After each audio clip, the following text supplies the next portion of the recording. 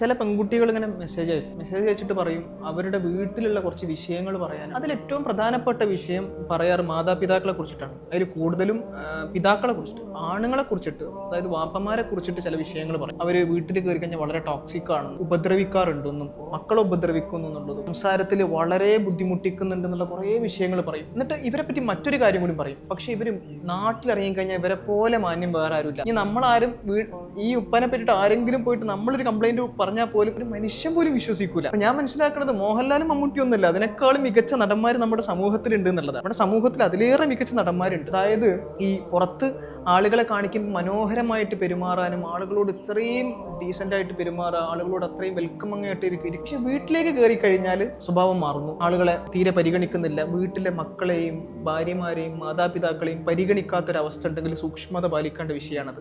കാരണം അവരാണ് നിങ്ങളുടെ ഏറ്റവും നല്ല പെരുമാറ്റം കാണാൻ അർഹരായ മനുഷ്യർ. നിങ്ങൾ ഓരെയാണ് തള്ളിക്കളയുന്നത്.